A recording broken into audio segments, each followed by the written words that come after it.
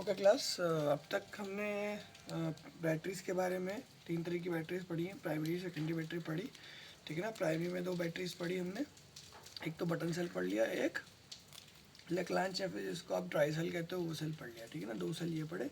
उसके बाद secondary batteries में 2 पढ़े हमने, ठीक है ना। एक तो सिंपल बैटरी पढ़ी, लेड बैटरी पढ़ी, स्टोरेज बैटरी, और दूसरा निकल कैडमियम सेल पढ़ा, ठीक है ना। तो इन सब के नोट्स अभी तक बना लिए होंगे आप लोगों ने। इसके बाद हमें पढ़ना है फ्यूल सेल। फ्यूल सेल है क्या, नाम इसका फ्यूल सेल। इसका नाम फ्यूल सेल क्यों दिया गया, क्यों है फ्यूल सेल, इसके बारे में बात करते हैं। अभी तक जो हमारे पास गैल्वेनिक सेल था, जो भी हम यूज़ कर रहे थे, उसमें हमारे पास अमाउंट ऑफ जो इलेक्ट्रोलाइट है वो एक कंसिडरेबल अमाउंट में था बस। लेकिन एक बार अगर वो यूज़ अप हो गया तो आप उसे फिल नहीं कर सकते दोबारा, ठीक है ना। गैल्वेनिक सेल का अगर इलेक्ट्रोलाइट खत्म हो गया तो आप उसे फिल नहीं कर सकते। लेकिन फ्यूल सेल हमने क्या किया, इसमें एक स्टेप फॉरवर्ड निकल गए, ठीक है ना। फ्यूल सेल में क्या कर सकते हैं, we can continuously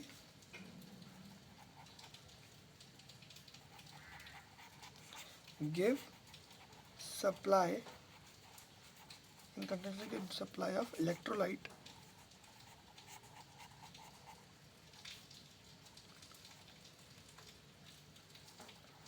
to obtain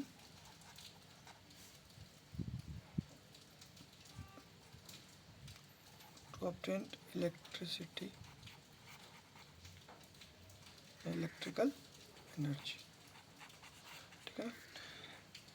जितने भी सेल्स हम पढ़ रहे हैं उसमें क्या हो रहा है, केमिकल एनर्जी को इलेक्ट्रिकल एनर्जी में कन्वर्ट कर रहे हैं, ठीक है ना। इलेक्ट्रिकल एनर्जी में कन्वर्ट कर रहे हैं। स्टार्टिंग में बताई थी ये वाली बात मैंने कि हर एक सेल में क्या होता है, केमिकल एनर्जी इलेक्ट्रिकल एनर्जी में कन्वर्ट होती है। जितना जितना आप केमिकल प्रोवाइड कर रहे होगे उतना उतना इलेक्ट्रिकल एनर्जी बनती जाएगी। तो ये फ्यूल सेल बनाने का रीज़न क्या था, मतलब क्या हमारे जो नॉर्मल मेथड है वो सही नहीं इलेक्ट्रिसिटी को जनरेट करने के, इलेक्ट्रिकल एनर्जी को जनरेट करने के। तो बात करेंगे तो सबसे ज़्यादा कॉमनली नोन क्या है बेटा, कोल प्लांट्स। थर्मल पावर प्लांट के बारे में पता है, थर्मल पावर प्लांट होते हैं। जो थर्मल पावर प्लांट होते हैं उनमें क्या क्या होता है, एक तो सबसे पहली प्रॉब्लम क्या आती है, पोल्यूशन, ठीक है ना। पोल्यूशन होता है बहुत ज़्यादा, ठीक है ना। दूसरी क्या चीज़ होती है बेटा उसमें, दूसरी चीज़ होती है कि उसकी एफिशिएंसी कितनी है, ठीक है ना। इसकी एफिशिएंसी होती है लो। एफिशिएंसी का मतलब, एफिशिएंसी होती है उसकी 40%। थर्मल पावर प्लांट की बात कर रहा हूँ, ठीक है ना। थर्मल पावर प्लांट उसकी एफिशिएंसी लो 40% तक।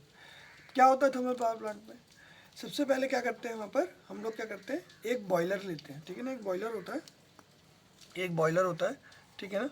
उसमें हम क्या करते हैं, बहुत सारा पानी भर के रखते हैं, ठीक है ना। और नीचे क्या जलाते हैं बेटा, कोल जलाते हैं, ठीक है ना। नीचे कोल जलाते हैं, बहुत बड़ा होता है अरेंजमेंट ये, ठीक है ना, बहुत बड़ा अरेंजमेंट होता है। तो जब कोल जलाते हैं तो कोल की हीट को यूज़ करके इस वाटर को किसमें, स्टीम में कन्वर्ट किया जाता है। और इस स्टीम की जो प्रेशर होता है, इसका प्रेशर होता है, उसकी प्रेशर की एनर्जी को यूज़ करके हम लोग क्या करते हैं,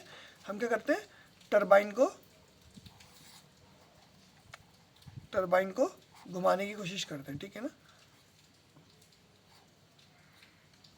ठीक है ना, ऐसे आपकी टरबाइन होती है, ठीक है ना।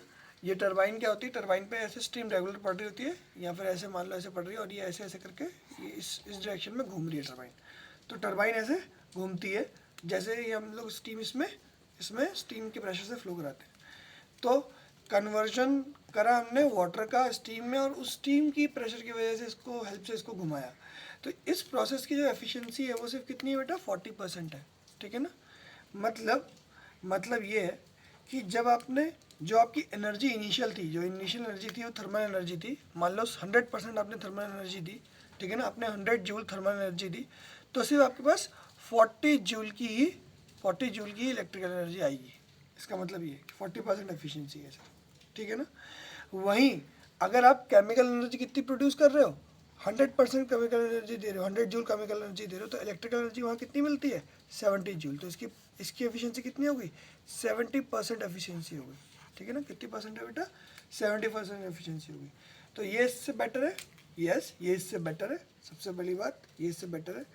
अब फ्यूल सेल में करते क्या हम लोग, we give continuous supply of electrolyte to obtain electrical energy. हम लोग कंटिन्यूस सप्लाई देते रहते हैं और हमें एनर्जी मिलती रहती है, ठीक है ना, ताकि हमारा जो सेल है उसको हम ज़्यादा वोल्टेज पे और ज़्यादा मतलब आपके ज़्यादा हैवी वर्क जो है आपका वो सेल कर सके। तो फ्यूल सेल में एक ऐसी खासियत होती है, एक वो भी फ्यूल सेल भी एक तरह का गैल्वेनिक सेल ही है, it is also a galvanic cell, ठीक है ना, है ये गैल्वेनिक सेल ही, ठीक है ना। लेकिन इसमें क्या है बेटा आपका, इसमें फ्यूल की एंट्री दे रखी है और प्रोडक्ट आउट भी लिया जा रहा है। जो उसका जैसे फ्यूल आपने जो पहले मतलब जो आपने इसमें इनपुट दिया था, जो आपने रिएक्टेंट दिए थे, रिएक्टेंट देते जाते हैं और प्रोडक्ट हमारा जो मिलता है उसको भी हम बाहर निकालते जाते हैं, ठीक है ना। तो हमने सबसे पहला फ्यूल सेल जब यूज़ किया था वो किस से मिलकर बना था, हाइड्रोजन एंड ऑक्सीजन, ठीक है ना। उसमें दो फ्यूल्स थे, हाइड्रोजन और ऑक्सीजन, और हमारा प्रोडक्ट क्या था इसमें प्रोडक्ट था हमारा वाटर, ठीक है ना। तो अब इस फ्यूल सेल का डबल यूज़ देखो कैसे किया हमने, इस सेल का डबल यूज़ कैसे किया। हमने क्या किया, एक फ्यूल सेल बनाया हाइड्रोजन और ऑक्सीजन से, ठीक है ना। और इसको क्या किया, इससे जो वाटर बना उसको भी यूज़ कर लिया। सबसे पहले यूज़ कहाँ हुआ था, ये एक एरोस्पेस मिशन था, उसका नाम था अपोलो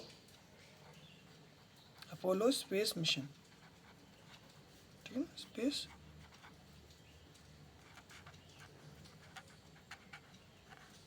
ठीक है ना, अपोलो स्पेस प्रोग्राम, ठीक है ना। अपोलो स्पेस प्रोग्राम सबसे पहला हमारा प्रोग्राम था जिसमें हमने फ्यूल सेल यूज़ किया था। उसमें क्या किया बेटा, S2 फ्यूल सेल कैसे बनाया, फ्यूल सेल बना के दिखाते हैं, आपके पास डायग्राम भी होगा यहाँ पर, देखो दो चैम्बर है, एक एनोड के और एक कैथोड के, ठीक है ना, एक एनोड का चैम्बर है, एक कैथोड का चैम्बर है, ठीक है। एक इलेक्ट्रोड ये है, इलेक्ट्रोड को दूसरे कलर से बना लेते हैं, एक इलेक्ट्रोड ये है, एक इलेक्ट्रोड ये है, दो इलेक्ट्रोड मिल गए आपको, ठीक है ना। इसको हमने मान लिया एनोड और इसको मान लिया कैथोड।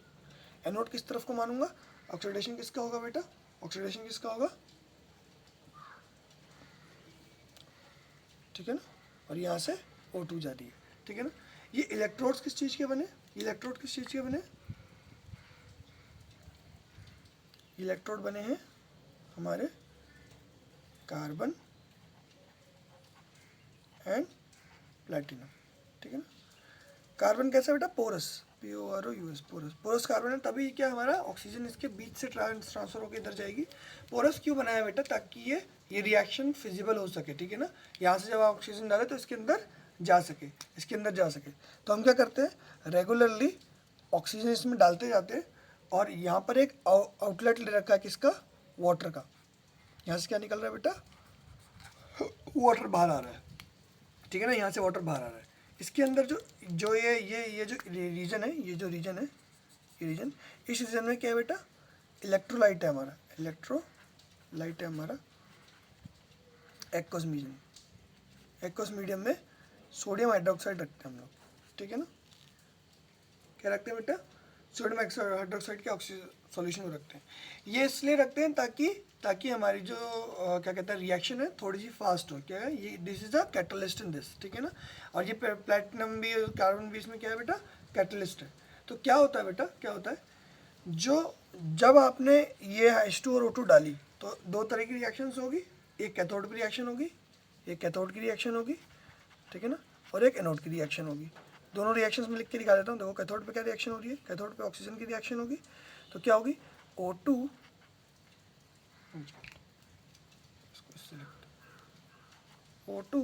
प्लस O2 के साथ किसका रिएक्शन हो रहा है, H2O प्लस 4 इलेक्ट्रॉन, ठीक है ना। It gives 4OH negative ion, ठीक है ना। तो इसको जब बैलेंस करेंगे तो कितना आ जाएगा, यहाँ पर 2 आ जाएगा एक, ठीक है ना, 4 में तो ये भी 2 हो गया, ठीक है ना। एनोड पे क्या हो रहा है, हाइड्रोजन रिएक्ट कर रही है हमारी फिर से OH आयन से। जो OH आयन है कहाँ से मिल रही है, ये NaOH से मिल रही है, ठीक है ना। क्योंकि हमें रिएक्शन को फॉरवर्ड कराने के लिए इसको 4OH की जरूरत है, इसलिए हमने ये यूज़ कर रखा है, ठीक है ना। जितना यहाँ यूज़ होता है उतना वहाँ रिलीज़ हो जाता है, ठीक है ना। देखो यहाँ पर, देखो यहाँ यूज़ हो रहा है इस वाली रिएक्शन में, और इस रिएक्शन में रिलीज़ हो रहा है, ठीक है ना। तो दोनों काम हो रहे हैं, ठीक है ना। Gives 4H2O plus 4 electrons. इन दोनों रिएक्शन को कंबाइन करूँगा तो मेरा आंसर क्या आ जाएगा, इन दोनों रिएक्शन को देखो कंबाइन करूँगा तो मेरा आंसर आएगा यहाँ पर 2H2 प्लस O2, ये 4OH कट गया, ये 4 इलेक्ट्रॉन से 4 इलेक्ट्रॉन्स कट गया, ठीक है ना। और ये 2H2O से 4H2O में से 2H2O कटेंगे तो बचा यहाँ पर 2H2O, ठीक है ना। तो ये हमारी फाइनल रिएक्शन है, ठीक है ना, जो हमारी एक्चुअली हमें होती हुई दिखेगी। हाफ सेल में रिएक्शन हो रही है, हाफ सेल में रिएक्शन हो रही है, ठीक है ना, ठीक है ना। हाफ सेल में ये रिएक्शन हो रही है, हाफ सेल में रिएक्शन हो रही है। तो दो रिएक्शंस जो हुई, इन दोनों रिएक्शन से जो भी हमें वोल्टेज मिल रही थी वो हमने वोल्टेज यूज़ करी, पहली बात। और दूसरी जो पानी आया है ना, तो एस्ट्रोनॉट्स ने जो पानी जो है अपने ड्रिंकिंग वाटर में यूज़ करा, क्योंकि ये तो एकदम प्योर वाटर होगा ना, जो यहाँ पर वाटर आउट आ रहा होगा क्या आ रहा होगा, एकदम प्योर वाटर आउट होता होगा। तो हमने क्या किया, जब ये प्योर वाटर जो हमारा बाहर आ रहा था उसको हमने फॉर ड्रिंकिंग पर्पज़ के लिए यूज़ कर लिया, ठीक है ना। तो ये गैस फॉर्म में आता है, ठीक है ना, ये जो सॉरी, ठीक है ना, ये आउट कैसे फॉर्म में आ रहा है, गैस फॉर्म में आ रहा है। और उसको सीधे जैसे ही बाहर आता है उसको हम क्या करते हैं, इसको डिस्टिल करके इसको लिक्विड फॉर्म में कन्वर्ट करके कंडेंस करके हमने क्या किया, इस पानी को यूज़ किया एज अ ड्रिंकिंग वाटर। तो दो काम करे सेल ने, एक तो हमें इलेक्ट्रिसिटी प्रोवाइड करी स्पेस में, जितने ज़्यादा कम हम लोग क्या कहते हैं फ्यूल्स को यूज लेके जाएं, जितना मतलब कम भारी होता है उतना उसकी कॉस्ट कम हो जाती है हमारे स्पेसशिप को चलाने की। तभी देखो स्पेसशिप में होते हैं उसके जो साथ में बूस्टर्स होते हैं वो गिरते जाते हैं बात जब जैसे उसका फ्यूल खत्म हो जाता है बूस्टर्स का, वो स्पेस मिशन में क्या होता है, जो रॉकेट के साथ बूस्टर्स लगे होते हैं वो बूस्टर्स थोड़ी थोड़ी देर में अलग अलग होकर गिरते रहते हैं। जैसे जैसे उनका फ्यूल यूज़ हो जाता है वो उनको फेंक देते हैं, ताकि जो वेट है हमारा कम हो जाए। जितना कम वेट होगा उसको उतना ईजिली आप ऊपर लेके जाओगे, ठीक है ना, उतना इजीली ऊपर लेके जाओगे, ठीक है ना, ठीक है ना। तो कैटलिस्ट यूज़ होते हैं, फाइनली डिवाइडेड प्लेटिनम, ठीक है ना, ठीक है ना, इसमें यूज़ होते हैं ताकि हमारी जो क्या कहते हैं आपकी जो रिएक्शन है वो प्रॉपर हो सके और जितना हमें एनर्जी चाहिए वो मिल सके, ठीक है ना। तो फ्यूल सेल की जो एनर्जी होती है वो कैसी एनर्जी होती है बेटा, क्लीन एनर्जी होती है, एकदम क्लीन एनर्जी, इसमें कोई भी आपका पॉल्यूटेंट नहीं होता, सबसे पहली बात, इसलिए हम इसको इनकॉर्पोरेट करना चाहते हैं, ठीक है ना। इसके डायरेक्शन में हम क्यों पढ़ रहे हैं, क्योंकि इसकी एफिशिएंसी ज़्यादा है, इतनी ज़्यादा efficiency 70% efficiency as compare to thermal power plant, ठीक है ना। हम जो रेगुलरली आजकल यूज़ कर रहे हैं थर्मल प्लांट वो उतना ज़्यादा एफिशिएंट नहीं है, ठीक है ना। तो अब बहुत ज़्यादा डेवलपमेंट की प्रोग्रेस चल रही है ताकि हम अलग अलग फ्यूल्स को यूज़ करके और सेल भी बना सके, ठीक है ना। अलग अलग इलेक्ट्रोलाइट को यूज़ करके हम लोग रोज़ हर दिन इसके ऊपर एक्सपेरिमेंट चलते हैं ताकि हमारी जो भी हम लोग ये एनर्जी यूज़ कर रहे हैं, जो केमिकल एनर्जी होगी, ठीक है ना, जो हम यूज़ करेंगे इलेक्ट्रिकल में कन्वर्ट करने के लिए, वो हमारी जो होगी उसकी एफिशिएंसी बढ़ सके, ठीक है ना, इसकी एफिशिएंसी बढ़ सके और वो हमें क्लीन एनर्जी मिल सके, ठीक है ना। हम लोग चाहेंगे कि फ्यूल सेल हम कहाँ यूज़ करें, ऑटोमोबाइल्स में यूज़ करें, जहाँ पर सबसे ज़्यादा पॉल्यूटेंट हम लोग क्रिएट करते हैं वहाँ पर क्या यूज़ करें, हम लोग फ्यूल सेल यूज़ करें, ठीक है ना। क्योंकि फ्यूल तो हम हमेशा इनपुट दे ही सकते हैं क्योंकि हमारे पास फ्यूल टैंक होता है उसमें, ठीक है ना। अब फ्यूल कौन सा यूज़ करना है वो डिपेंड करेगा, ठीक है ना, वो डिपेंड करेगा। तो ऐसे हम लोग क्या कहते हैं एक बेटर सस्टेनेबल डेवलपमेंट की ओर जा सकते हैं अगर हम ऐसा फ्यूल सेल को यूज़ करें, ठीक है ना। तो फ्यूल सेल की खासियत क्या है समझ में आ गया ना, क्यों हमें फ्यूल सेल यूज़ करना है और कहाँ यूज़ हुआ है, एरोस्पेस मिशन में यूज़ हुआ, ठीक है ना। सबसे बड़ी बात एरोस्पेस मिशन में फ्यूल सेल को हमने यूज़ करा। तो there has been a lot of experiments done on variety of fuel cells that are fabricated and tried in labs, ठीक है ना। बहुत सारे फ्यूल सेल्स को ऐसे ट्राई किया गया है, ठीक है ना, ताकि वो बने, मतलब कुछ ना कुछ फिजिबल हो पाए, ठीक है ना। अभी तक हमारे पास क्या है, सिर्फ H2O2 का फ्यूल सेल है हमारे पास, जो ये आपका उसमें दिया हुआ है, ठीक है ना। तो कैसे वर्क कर रहा है समझ में आ गया। ये तो इलेक्ट्रोड्स हो गए, ठीक है ना, बीच में इलेक्ट्रोलाइट भरा हुआ है, इधर से आप हाइड्रोजन ऑक्सीजन बार सप्लाई दे रहे हो, ठीक है ना। तो आपने इसको ये पूरी की पूरी वो लिखनी है, इसकी वर्किंग लिखनी है और एनोड के तौर पे क्या हो रहा है और फाइनल रिएक्शन क्या हो रही है ये लिखनी है, ठीक है ना। अगर फ्यूल सेल के ऊपर लिखने आएगा तो आपको ये सब बातें लिखनी पड़ेगी कि उसकी जो एफिशिएंसी है वो थर्मल पावर प्लांट से अच्छी है, पॉल्यूशन फ्री है, एक तो ये दूसरा, ठीक है ना। उसके बाद इसकी वर्किंग क्या होती है, इसमें एनोड कैथोड में क्या होता है, एक आपने एग्जांपल लेके ऐसे समझा दिया, ठीक है ना। This is how you can write a short note on fuel cell. 2-3 number में अगर आएगा तो ऐसे लिखना पढ़ सकता है, ठीक है ना। ज़्यादातर क्वेश्चन इससे ये भी बन जाते हैं, ठीक है ना। एक क्वेश्चन है ये लोग 5 नंबर में बड़ा न्यूमेरिकल देते हैं और एक छोटा ही ऐसे करके या एक या 2 नंबर में ऐसे आपको क्या मिल जाता है, एक शॉर्ट नोट मिल जाता है, ठीक है ना। तो ये क्वेश्चन को ध्यान देंगे, फ्यूल सेल को बहुत ध्यान देंगे, फ्यूल सेल बहुत ज़्यादा पूछा जाता है, ठीक है ना, बहुत ज़्यादा पूछा जाता है। चलो नेक्स्ट हमें क्या पढ़ना है, नेक्स्ट हमें पढ़ना है इसके बाद कोरोजन, ठीक है। बचपन से आज तक कोरोजन 10 बार पढ़ लिया होगा, ठीक है ना। आज फिर नया कोरोजन पढ़ेंगे, ठीक है। देखो क्या होता है, COR,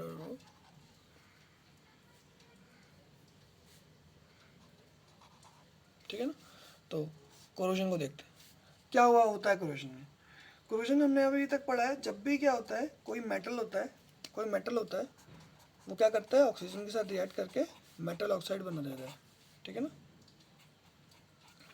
मान लो मेटल ऑक्साइड बना रहा है, ठीक है ना, कोई मेटल है, ऑक्सीजन से रिएक्ट करके मेटल ऑक्साइड बना रहा है, ठीक है ना।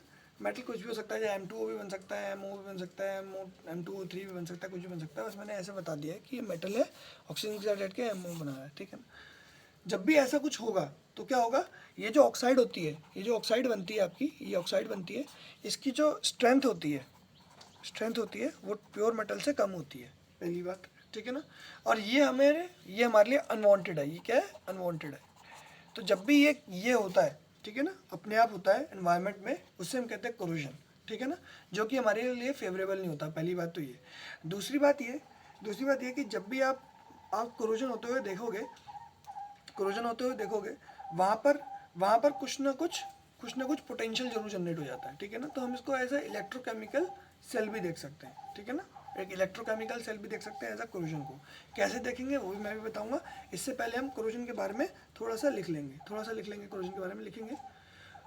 Corrosion slowly coats the layer of the layers of the metal surface with their oxides और सॉल्ट्स ऑफ द मेटल, ठीक है ना, या तो सॉल्ट्स से बनाता है या फिर ऑक्साइड से उसकी लेयर को ढक देता है, ठीक है ना। सबसे common example the most common example है रस्टिंग ऑफ आयरन, ठीक है ना। ये टार्निशिंग ऑफ सिल्वर कैसे ब्लैक कलर का हो जाता है, ठीक है ना। Development of green coating on the copper के ऊपर ग्रीन कलर की कोटिंग आती है, ठीक है ना। और ब्रॉन्ज के ऊपर भी ब्लैक कलर का कोट आ जाता है, ठीक है ना। तो ये सब क्या है बेटा, ये this are all the example of corrosion, ठीक है ना, जिसमें सॉल्ट या फिर ऑक्साइड बन रहा है किसी का मेटल का, और वो मेटल को खराब कर रहा है, ठीक है ना, जब कॉपर के ऊपर ग्रीन का कुछ आ जाता है, तो अगर आपने वो ग्रीन आपके बॉडी में चला जाता है तो वो बहुत जहरीला होता है, ठीक है ना। That can be poisonous for you, और आपको क्या कहते हैं, फूड पॉइजनिंग और ये सब चीज़ें हो सकती है अगर आपने गलती से उस पर मिला हुआ खाना खा लिया, ठीक है ना। तो हमें क्लीन करके रखना पड़ता है जो कॉपर ऑपर के जो हमारे जो भी यूटेंसिल्स होते हैं, ठीक है ना, उनको। तो जब भी कोरोजन होगा तो इसमें लिखो आप it causes enormous damage to the buildings, bridges, ships and all the object specially made up of iron, ठीक है ना। There is crores of rupees lost every year because of this corrosion, ठीक है ना। corrosion इतना ज़्यादा हमारे लिए हार्मफुल है कि उससे लिए हमारे करोड़ों रुपए हर साल खर्च होते हैं। फॉर एग्जांपल आप ब्रिज बनाते हो तो ब्रिज में corrosion को रोकने के लिए पेंटिंग होती है, जितनी ब्रिज की कॉस्ट होती है उसकी आधी कॉस्ट उसकी पेंटिंग में लग जाती है, ठीक है ना। हर एक पार्ट को पेंट करके लगाया जाता है वहाँ पर ताकि हमारा कोरोजन प्रिवेंट हो सके, ठीक है ना। कोरोजन हुआ, मान लो कि आपने प्रिवेंशन का कोई काम नहीं किया, कोरोजन हो गया तो ब्रिज गिर जाएगा, ठीक है ना। लाखों करोड़ रुपए का ब्रिज बना हुआ है वो गिर जाएगा, ठीक है ना। मशीन जितनी भी होती है उसमें जहाँ पर कोरोजन हो रहा होता है वहाँ मशीन का क्या होता है, मशीन का डेप्रिसिएशन हो रहा होता है, ठीक है ना। अभी आप इकोनॉमिक्स नहीं पढ़ते हो, इकोनॉमिक्स में आप पढ़ोगे डेप्रिसिएशन ऑफ मशीन क्या होती है। क्या होता है कि हर साल के साथ मशीन की कॉस्ट जो होती है वो कम होती जाती है। क्यों? क्योंकि वो करोड़ होती जा रही है, उसका वेट कम हो जाता है, उसकी एफिशिएंसी कम। अगर कोरोजन होगा तो पक्की बात है कि एफिशिएंसी कम होगी। क्यों? क्योंकि उसकी उतनी स्ट्रेंथ नहीं रही, ठीक है ना। आपको ज़्यादा पावर लगानी पड़ेगी उतनी स्ट्रेंथ देने के लिए, ठीक है ना। हर चीज़ का है, ठीक है। फॉर एग्जांपल जेसीबी है आपकी, ठीक है, जेसीबी के पार्ट्स में अगर आपके कोरोजन हो जाता है तो क्या होगा, जो जितना स्मूथली वो आप जब पावर लगा रहे थे, जितना स्मूथली वो ऊपर आ रहा था, वो मतलब किसी चीज़ को पकड़ के ऊपर ला रहा था, वहाँ पर कोरोजन हो गया तो वो उतना स्मूथ नहीं रह गया, ठीक है ना। स्मूथनेस चली गई क्योंकि वहाँ पर रफ सरफेस हो जाएगी, तो वो स्मूथली ऐसे ऊपर की तरफ जो उसका रिंग पिस्टन वाला वर्क होता है, मान लो वो सही से नहीं हो पा रहा, तो उसमें क्या है, एक्स्ट्रा पावर लगानी पड़ेगी उस रफनेस को ओवरकम करने के लिए, वहाँ एक्स्ट्रा पावर लगानी पड़ती है। तो देख रहे हो हर तरह से जो कोरोजन है ये हमारे लिए क्या है, हार्मफुल है। कोरोजन क्या है, हमारे लिए हार्मफुल है, और बहुत बहुत पैसा इसके लिए खर्च होता है हमारा जब भी हम इससे बचना होता है, ठीक है ना। तो प्रिवेंशन के जो तरीके हैं कोरोजन के वो क्या है, वो सबसे ज़्यादा इंपॉर्टेंट है। क्या है प्रिवेंशन के तरीके, ठीक है ना। पहला तरीका क्या है बेटा प्रिवेंशन का, पहला तरीका है आपका कि आप पेंट लगा दो, ठीक है ना, पेंटिंग करो, ऑयलिंग करो, ग्रीसिंग करो, ठीक है ना, ये तीनों काम करोगे तो क्या करते हैं हम, टॉप लेयर को पेंट कर देते हैं और क्या होता है अंदर का जो हमारा मटेरियल होता है, अंदर का मटेरियल होता है वो सेफ हो जाता है, ठीक है ना। तो अंदर का मटेरियल अगर टॉप लेयर मैंने पेंट कर दी तो कोरोजन होने के लिए ऑक्सीजन को पाती नहीं मिलेगा कहीं जाके इससे टच हो सके और रिएक्ट कर सके, तो ये कोरोजन से बच जाएगा, ठीक है ना, पहला। दूसरा क्या है बेटा, दूसरा काम होता है हम लोग जिसको गैल्वेनाइजेशन कहते हैं। क्या होता है गैल्वेनाइजेशन में, हम लोग क्या करते हैं एक इनर्ट, क्या कहते हैं गैल्वेनाइजेशन,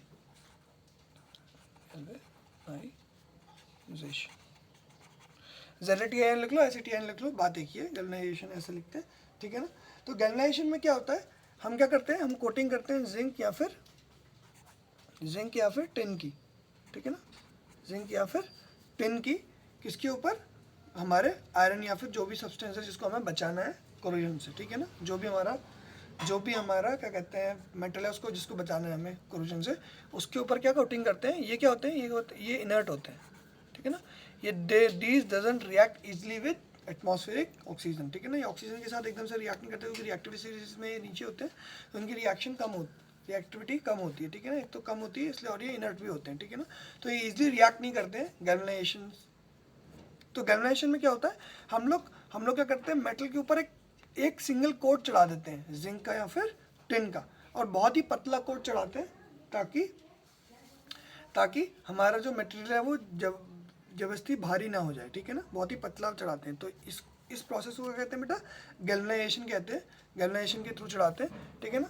इसमें भी आपका क्या कहते हैं इलेक्ट्रोकेमिकल सेल लग जाता है, ठीक है ना।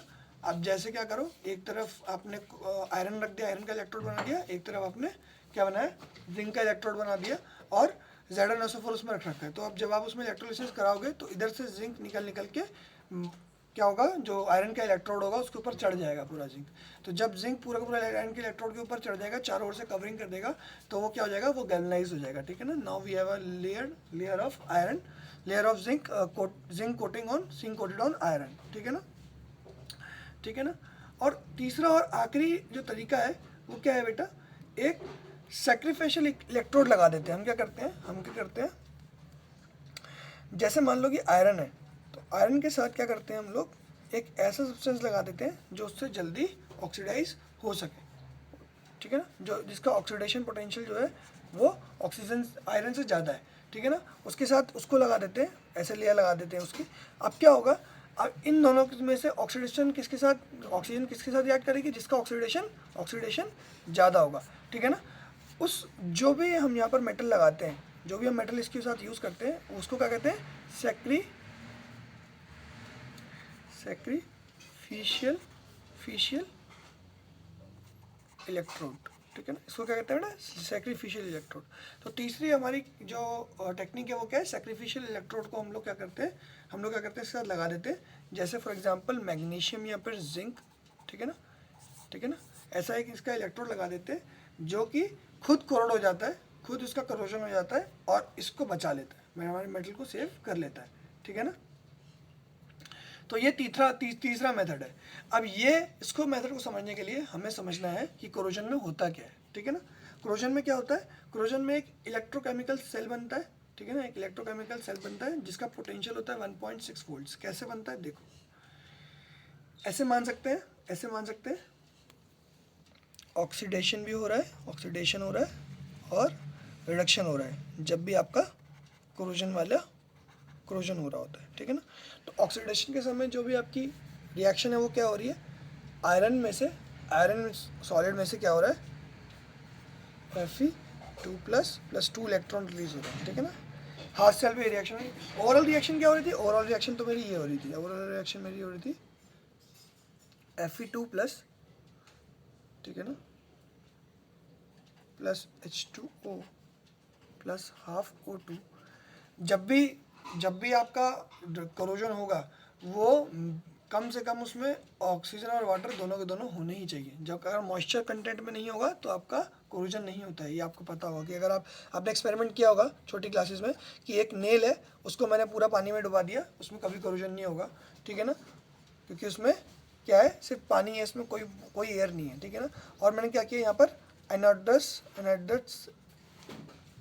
ठीक है ना, एक एनहाइड्रस सब्सटेंस रखा है जो कि क्या कर रहा है, सिलिका जेल रख दिया मान लो, ठीक है ना।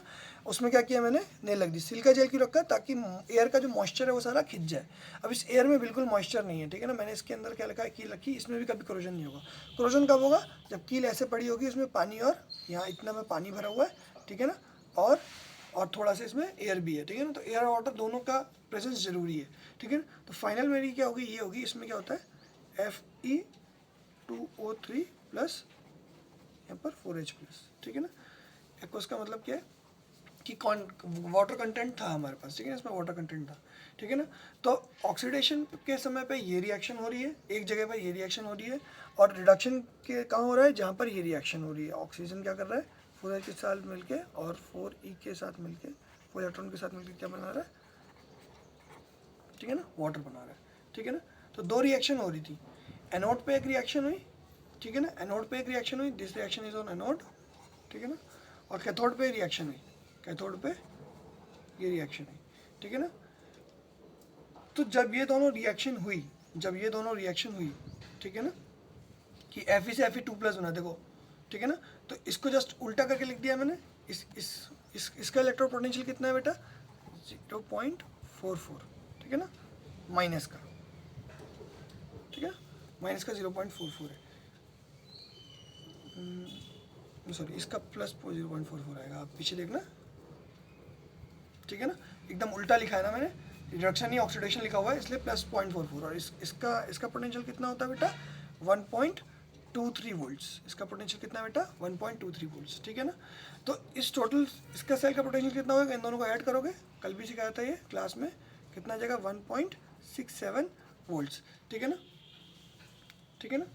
सॉरी, ये फाइनल रिएक्शन में Fe2+ होगा या फिर FeS होगा, सॉरी, ठीक है ना। Fe से Fe2+ जा रहा है यहाँ पर, ठीक है ना, Fe2O3 में Fe2+ हो रहा है, ठीक है ना, ठीक है, ठीक है, ठीक है। इन दोनों को सीधे सीधे ऐड करा, गलती कर दी थी मैंने यहाँ थोड़ी, ठीक है ना, यहाँ से सीधे सीधे ऐड करा, ठीक है ना। तो सीधे सीधे ऐड करने पे मेरी ये रिएक्शन बनी, ठीक है ना, Fe2O3 प्लस, ये Fe2+ क्या है, Fe2O3 तो है, ये इसको रिएक्शन को मैंने बस पूरा कर दिया है, ठीक है ना। Fe2+ की जगह Fe2O3 लिख दो तो पूरा हो जाएगा ये। तो रिएक्शन पूरी हो गई, ये हमें रिएक्शन समझ में आई, ठीक है ना, ठीक है। तो ये रिएक्शन हम लिख सकते हैं। अब क्या है, अब क्या करना है, हाँ, तो इसका मेरा पोटेंशियल कितना आया, 1.67 वोल्ट्स, कितना है बेटा, 1.67 वोल्ट्स। और ये फेरस आयन जो बने, मतलब कि जब भी ये रिएक्शन हो रही होगी, जब भी हमारा कोरोजन हो रहा होगा, तो हमारे पास इतनी वोल्टेज होगी, ठीक है ना, इतनी वोल्टेज हमारे पे आएगी। जो सैक्रिफिशियल आइटम होता है, जो सैक्रिफिशियल इलेक्ट्रोड होता है, उसका पोटेंशियल और ज़्यादा होता है, ठीक है ना, उसका पोटेंशियल और ज़्यादा होता है।